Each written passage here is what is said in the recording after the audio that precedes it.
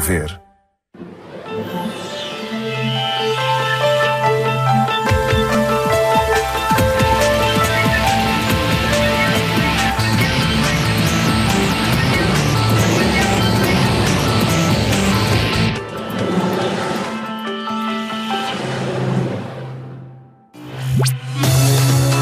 Olá, seja bem-vindo. A engenharia portuguesa está hoje em destaque na edição do Magazine de Ciência, Tecnologia e Inovação da RTP. No programa de hoje vamos conhecer a primeira e a última startup saída do Instituto Superior Técnico, mas também temos outros temas. Destaco alguns deles. Investigadoras portuguesas recebem prémio Mulheres na Ciência. Algumas novidades em automóveis mais amigos do ambiente. A Cell2B é a mais recente startup do Instituto Superior Técnico. Antes de fazer um ano já estava a ganhar prémios. O primeiro produto que pretende lançar no mercado é uma terapia celular para doentes que rejeitam um transplante de medula óssea. São ou foram alunos de bioengenharia do programa MIT Portugal. A experiência enriquecedora de estudar no estrangeiro não abrandou o desejo de vir montar uma empresa em Portugal. Portugal apostou em nós e em mim particularmente. Permitiu-me ir para os Estados Unidos, ir para uma escola de topo e lá absorver conhecimentos únicos no mundo. E eu acho que tenho a obrigação de contribuir para o país. Não quer dizer que vindo para Portugal seja a melhor maneira que eu tenho para contribuir, mas vindo para Portugal e começar um projeto que em si é promissor, acho que é uma boa maneira de contribuir para o país. Vir para Portugal também. A tecnologia da Cell2B foi desenvolvida em Portugal. É uma tecnologia portuguesa, foi validada em Portugal em colaboração com os hospitais. Portanto, em Portugal é que existe a tecnologia para levar este projeto para a frente. E em Portugal é que existe o ecossistema que vai apoiar a Cell2B a levar todo este produto a todos os pacientes que dela precisam, e não só aos pacientes portugueses que nós já tratamos. Este projeto nasceu de um consórcio entre o Instituto Superior Técnico, nomeadamente o Laboratório de Bioengenharia de Células Estaminais, do professor Joaquim Sampaio Cabral, com o IPO de Lisboa, Instituto Português de Oncologia, e o Lusotransplante. Portanto, a ideia foi tratar pacientes que tinham desenvolvido realmente as complicações pós-transplante de medula óssea, em casos bastante severos, portanto, em que não haveria outra hipótese de cura, utilizando uma terapia celular baseada em células da medula óssea de dadores saudáveis. Portanto, o nosso core know-how no laboratório prende-se com a expansão, a multiplicação e o cultivo de células estaminais do mesênquima, neste caso da medula óssea, que foram as células utilizadas, e na altura o professor Abcacis do Instituto Português de Oncologia abordou o nosso grupo no sentido de transpor essa tecnologia que nós possuíamos para uma translação clínica. E nessa medida tentou-se arranjar todas as condições para poder produzir o produto em qualidade e em segurança para depois ser administrado aos pacientes. Tivemos a sorte de podermos administrar em 7 pacientes que tiveram essas tais complicações e que tiveram um follow-up bastante positivo. Os resultados obtidos já valeram à empresa o prémio BES Inovação Saúde. É também finalista nos prémios europeus Universidade Empresa, os ACES. Esses prémios são muito importantes para nós, provavelmente são mais excitantes para o público do que para nós próprios, mas permitem-nos saber que a comunidade portuguesa gosta do projeto que nós estamos a fazer. Dá-nos motivação para continuarmos a perseguir e dá-nos alguma credibilidade junto, principalmente, dos investidores, que não conseguem avaliar o potencial da tecnologia em termos técnicos, e todos estes prémios permitem-nos chegar com outra credibilidade junto dos investidores.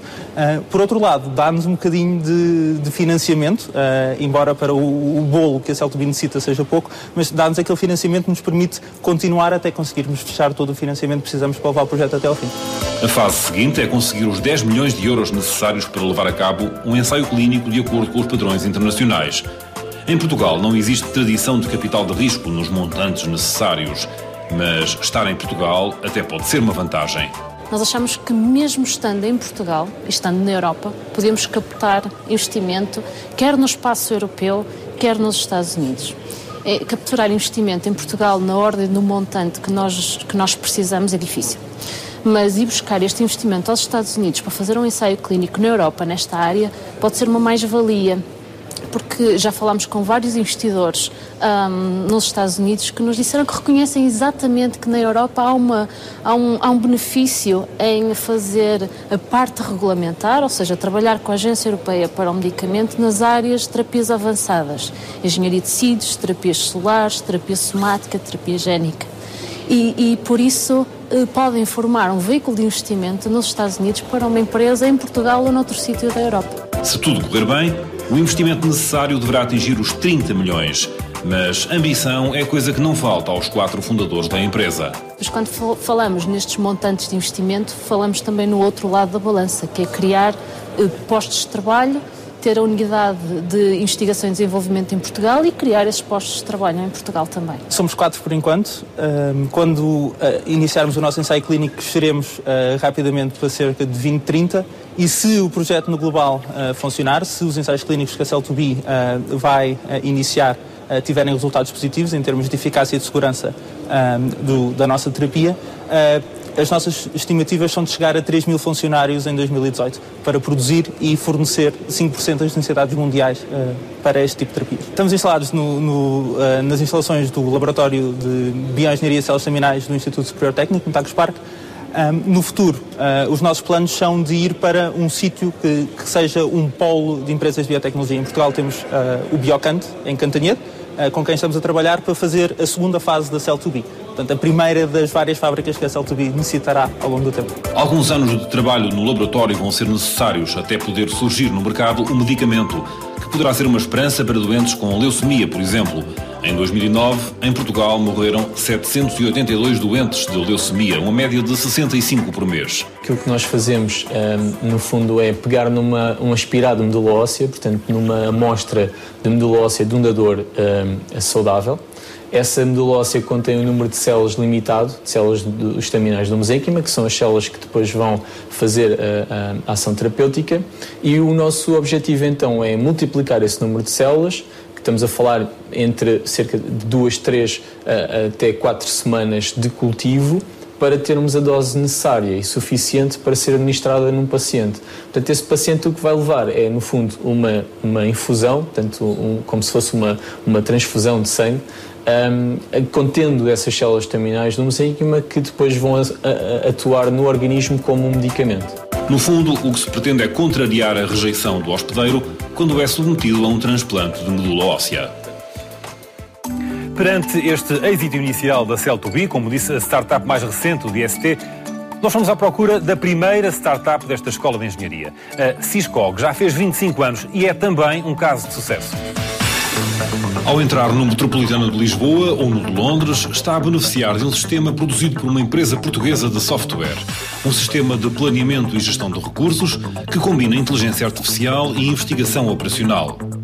Hoje, tudo roda sobre carris nesta empresa criada em 1986, quando os seus fundadores estavam nos Estados Unidos a fazer o doutoramento.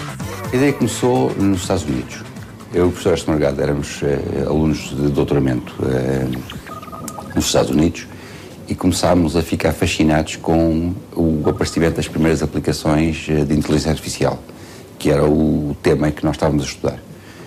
E surgiu a ideia de, quando voltássemos para Portugal, criar uma empresa que se dedicasse a aplicações de inteligência artificial. Assim surgiu a primeira spin-off do Instituto Superior Técnico. Na altura, não havia tanto o espírito de empreendedorismo que há hoje em dia. Por certos colegas, nós éramos mal vistos por não sermos um conjunto de docentes dedicados exclusivamente à investigação.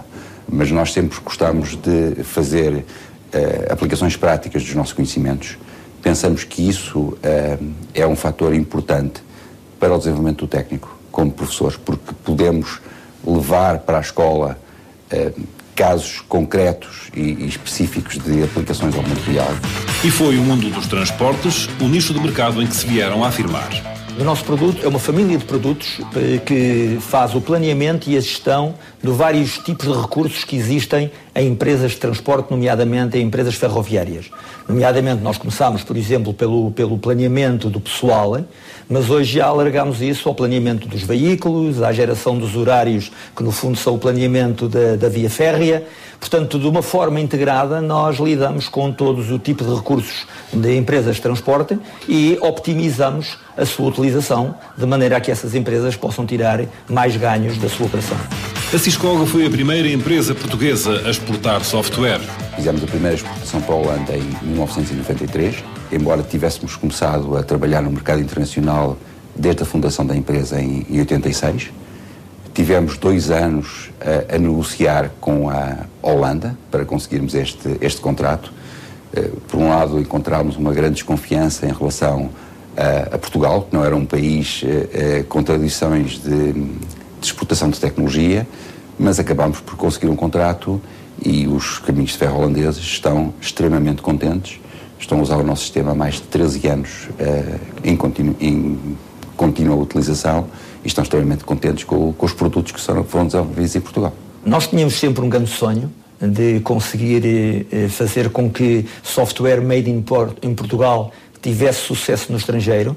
Penso que durante muitos anos isso foi um caminho árduo, difícil, convencer estrangeiros a utilizar software português, mas hoje cada vez estamos com mais esperanças de que, na verdade, vai ser um grande sucesso.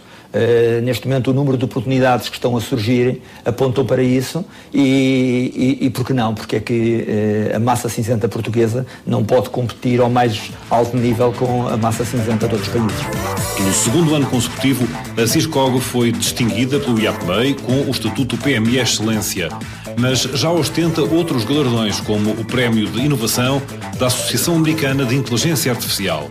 Esses prémios são um grande estímulo para o nosso trabalho, porque é o reconhecimento de várias instituições de prestígio de que aquilo que nós estamos a fazer é de qualidade, inclusive a nível mundial. Estamos na Dinamarca, na Finlândia, na Noruega e na Holanda. E nestes países, todos os comboios que circulam nos países e todas as tripulações que os comandam são planeados por sistemas feitos pela Syscog. Estamos também no Metropolitano de Londres, em que os 3.000 maquinistas que conduzem os comboios em todas as linhas são planeados pelo Metropolitano de Londres, e temos, em relação ao Metropolitano de Londres, temos recentemente desenvolvido trabalho em preparação para os Jogos Olímpicos, que vão ter horários especiais e regras normativas especiais para conseguir tratar de toda a afluência de passageiros que estão previstos. A Syscog está já a trabalhar para entrar em novos mercados, nomeadamente procura descobrir o caminho para a Índia.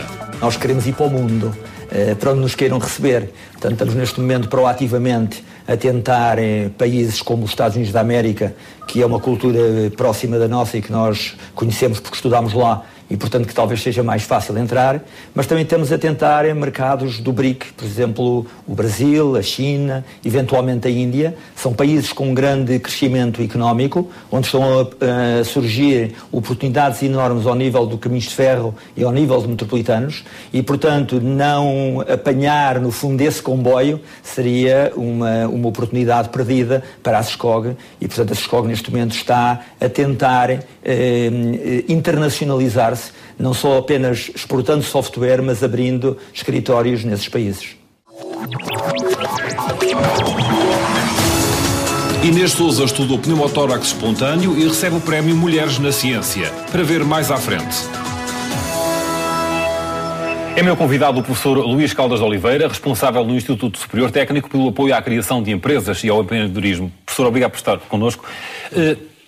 Vimos aqui duas situações completamente diferentes. A primeira empresa nascida no ambiente do técnico e uma das mais recentes, ou se não a mais recente. O que é que mudou nestes anos todos no espírito das pessoas, dos investigadores, para se dedicarem às empresas e ao empreendedorismo? Digamos que mudou bastantes coisas. Atualmente temos, ao longo do tempo, tem sido criado cada vez mais empresas, e enquanto a primeira empresa foi praticamente única. Houve mais tarde algum boom também na criação de empresas na altura da nova base, que foi logo a seguir à Syscog, e agora estamos a notar, depois mesmo destas dificuldades económicas em que vivemos, há mais algum entusiasmo pelo empreendedorismo, e principalmente o empreendedorismo de base tecnológica, que é aquele que nós queremos incentivar e apoiar dentro do Instituto Superior Técnico. Precisamente com uma crise económica, como é que, económica, financeira também, mas económica, porque é que os recém-diplomados arriscam em fazer uma empresa? Eu digo que o empreendedorismo está muito ligado exatamente à necessidade. E, ao contrário do que parece, os nossos diplomados com mestrado são menos ativos na criação de novas empresas, porque por acaso na área de engenharia há uma grande possibilidade de emprego, há uma grande procura pelos nossos diplomados. Aquilo que nós estamos a observar é algum incentivo no empreendedorismo ao nível das pessoas que terminam o doutoramento. São pessoas que tiveram um número de anos significativo, 4, 5 anos, a estudar uma área muito na ponta do conhecimento, muito no extremo daquilo que nós sabemos, e que chega ao final do seu trabalho e descobre que existe uma aplicação prática desse conhecimento que pode ter valor económico, e é o caso da Cell2B, e que se atiram a criar uma empresa para levar essa tecnologia à sociedade. Ao contrário do que acontecia antigamente, é que as pessoas iam muitas vezes continuar o seu caminho de investigação na academia ou em laboratórios de investigação. Há neste momento muitos doutorados que terminaram o seu doutoramento e querem precisamente levar essa tecnologia para o mercado. Isso vai trazer às universidades ou às instituições de ensino uma nova exigência, que é dar também essas competências, porque o especialista em biotecnologia pode não ser especialista em constituir uma empresa. Felizmente há quem desajude nisso. O que falta mesmo é dinheiro. É haver uma capacidade de acarinhar do ponto de vista financeiro essa fase de transição entre termos um protótipo laboratorial e termos um produto que sirva no mercado. E o técnico, nesse sentido, promoveu a criação de um fundo de capital de risco, exatamente para essa fase, chamada fase pré-seed. É um fundo que tem cerca de 3 milhões de euros e que permite dar a cada empresa qualquer coisa como 200 a 350 mil euros para precisamente sobreviverem na fase de transição até à criação do produto, e depois, nessa altura, terá aberto novos financiamentos que continuarão as outras fases de desenvolvimento da empresa. Mas aquela fase crítica, o técnico notou essa falta e promoveu esta criação deste fundo, que parece-me que nos vai ajudar e vai também incentivar a quem queira seguir este caminho, ter algum suporte do ponto de vista financeiro para a fase de transição. Isso tem alguma coisa a ver com as incubadoras de empresas? Aqui há uns tempos falava-se muito das incubadoras de empresas, agora parece que não se tem falado tanto. No lado do técnico nós não temos incubador de empresa. Em Lisboa há um conjunto já significativo de incubadoras de empresas. Não faz sentido o técnico localizado em Lisboa estar a criar mais uma. Aquilo que nós achamos que faz falta é precisamente capital necessário para sustentar o desenvolvimento da empresa. Com esse capital podem ser pagos as rendas das incubadoras e o resto dos serviços que essas incubadoras prestam. Aquilo que notamos com grande necessidade, grande carência para os nossos alunos, com estas tecnologias, que são tecnologias que não são fáceis de compreender, mas que têm um valor muito, muito grande no mercado. O Cell2B certamente terá dito que salva vidas a tecnologia deles. Sim. E com essa tecnologia é preciso dinheiro. É preciso, mais do que salas e laboratórios, é preciso dinheiro. E dar as condições para esse dinheiro estar disponível. Felizmente tivemos a colaboração de instituições que financiaram. O técnico não tem, obviamente, verbas para financiar estes fundos, não participa no fundo, apenas promove a constituição. E temos entidades que sabem gerir fundos de capital de risco, entidades que têm interesse em acompanhar o desenvolvimento dessas empresas para investimentos futuros, e foi com este conjunto que nós criámos um fundo de 3 milhões de euros precisamente para esta fase. Professor, é preciso dizer aos alunos, motivar os alunos para o empreendedorismo, ou sente que cada vez mais eles estão já despertos e eles é que vão à procura de condições para fazerem as suas empresas? Nós, felizmente, no técnico temos já quase todos os cursos têm disciplinas obrigatórias ou opcionais de empreendedorismo. Portanto, o aluno que passa pelo técnico tem e essas disciplinas funcionam muito no modelo de simulação da constituição de uma iniciativa empresarial. E, portanto, o aluno tem já uma experiência de como é que isso é constituído. E, portanto, o aluno muitas vezes quer levar isso mais longe e temos alguns casos de alunos que arrancam com as suas próprias empresas após a conclusão dos seus mestrados, graus de mestre, mas na realidade aquilo que nós precisamos mais, e eu acho que essas claramente são muito importantes, não são muito significativas, mas existem muitas, mas a outra fase, que é aquelas pessoas que estão de facto com uma habilitação muito superior, muito forte em áreas muito específicas, essas pessoas é que é uma pena que não rentabilizem esse conhecimento em bem da sociedade através da criação de empresas. Professor, só para terminar, fazendo aqui um paralelo com o que há uns anos, enfim, tradicionalmente a engenharia portuguesa tem um bom nome em todo o mundo, nomeadamente a engenharia civil. Acha que esse bom nome da engenharia, digamos assim, pode ser bem herdado e bem continuado pelas novas áreas da engenharia? Sem dúvida nenhuma. Nós temos o exemplo de alunos nossos que vão para estes programas entre Portugal e as universidades americanas, e temos um caso, por exemplo, na engenharia eletrotécnica, em que o melhor exame de admissão no doutoramento foi precisamente por um dos alunos que saiu de Portugal. Estamos a falar de alunos que vêm do mundo inteiro, da Índia, de toda a parte do mundo, para uma universidade americana, obviamente, a concorrer a um curso de doutoramento, e os nossos alunos conseguem ter a melhor nota de todos. É uma forma de dizer da qualidade do nosso ensino e da qualidade dos nossos nossos engenheiros. Muito bem, ainda bem, professor. Obrigado por ter partilhado connosco esse seu conhecimento sobre essa matéria tão interessante e tão importante hoje em dia para os nossos jovens licenciados. Obrigado por ter estado connosco. Eu que agradeço.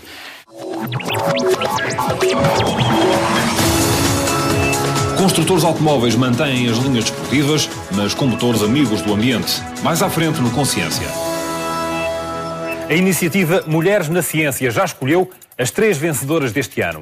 Ana Barbas, Inês de Souza e Adelaide Fernandes recebem 20 mil euros cada uma por causa das investigações que desenvolvem, centradas no cancro da mama, na esclerose múltipla e no pneumotórax espontâneo primário, respectivamente.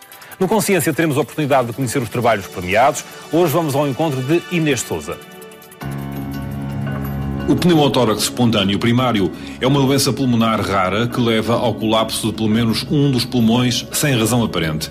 Inês de Souza, do Instituto de Medicina Molecular em Lisboa, estuda esta doença e foi distinguida pelo Prémio L'Oréal Mulheres na Ciência. O projeto consiste em identificar as variantes genéticas de risco e de recorrência do pneumotórax espontâneo primário. A doença é rara, mas tem uma taxa elevada de reincidência. Contribuem para o pneumotórax fatores ambientais e genéticos. Inês de Souza está preocupada com os fatores genéticos. O projeto tem 3 fases. A primeira, que já está em curso, é um Genome-Wide Association Study, em que compara casos e controlos portugueses. No fundo, estamos a usar DNA, 2 grupos de pools de DNA para comparar e ver se há diferenças nas frequências alélicas entre os 2 grupos. No fundo, vamos ter uma lista de variantes genéticas no final, que vão ser mais significativas, que depois, combinadas com a segunda abordagem, vão-nos dar uma lista para seguir numa terceira fase. A segunda fase consiste em comparar os níveis de expressão entre estes mesmos 2 grupos, um grupo de pacientes e de controlos saudáveis, e esperamos ter, como nesta imagem podemos ver, diferenças nos níveis de expressão. Podemos aqui ver os casos e os controlos. Para as diferentes variantes genéticas têm significativamente diferenças a níveis de expressão.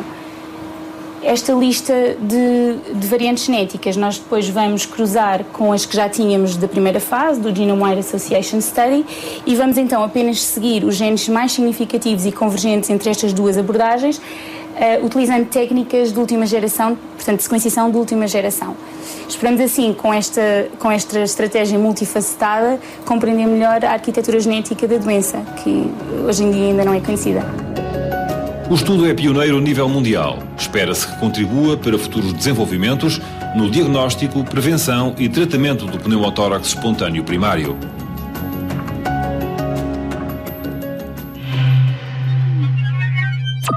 Nós, para este estudo, utilizamos 1 milhão de SNPs, que são marcadores genéticos que nós utilizamos